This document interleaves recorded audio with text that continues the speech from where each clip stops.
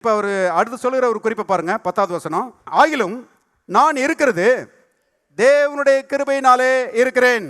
அவர் எனக்கு அருளிய கிருபை விருதாவாய் இருக்கவில்லை. எல்லாரும் சேர்ந்து வாசிங்க. அவர்கள் எல்லாரிலும் நான் அதிகமாய் பிரயாசப்பட்டேன். நல்லா கவனிங்க, இங்கதான் இப்ப நம்ம பாயிண்ட் இருக்குது. தேவ கிருபை இருக்குது அப்படின்றதுனால நான் சும்மா இருந்துட்டேன்னு சொல்லல. தேவ கிருபை எனக்கு இருக்கிறது நான் உணர்ந்து கொண்டு அதிகமாய் பிரயாசப்பட்டேன். இந்த ஆவிக்குரிய ஜீவியத்தில் தேவன் எனக்கு கொடுத்திருக்கிற அந்த கிருபையை நான் செயல்படுத்த ஆரம்பிச்சேன். எனக்கு ஒரு பிரசங்கியாருங்க ஒரு அழைப்பு இருந்தது. அதை நான் புரிந்து கொண்ட மாத்திரத்தில் வேலையில் இறங்கிட்டேன்றாரு.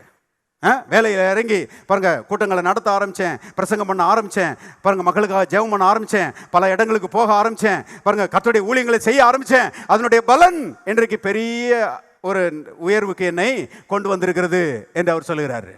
கவனிங்க, தேவனுடைய கிருபையை நான் விருதாவாக்கவில்லை, எல்லாரிலும் நான் அதிகமாய் பிரயாசப்பட்டேன். தேவனுடைய கிருபை இருக்கிறது அருமையானவர்களே, ஆனால் கொஞ்சம் பிரயாசம் தேவையா இருக்குது பாருங்க. நம்ம அதோட ஒத்துழைக்க வேண்டியதாய் இருக்கிறது.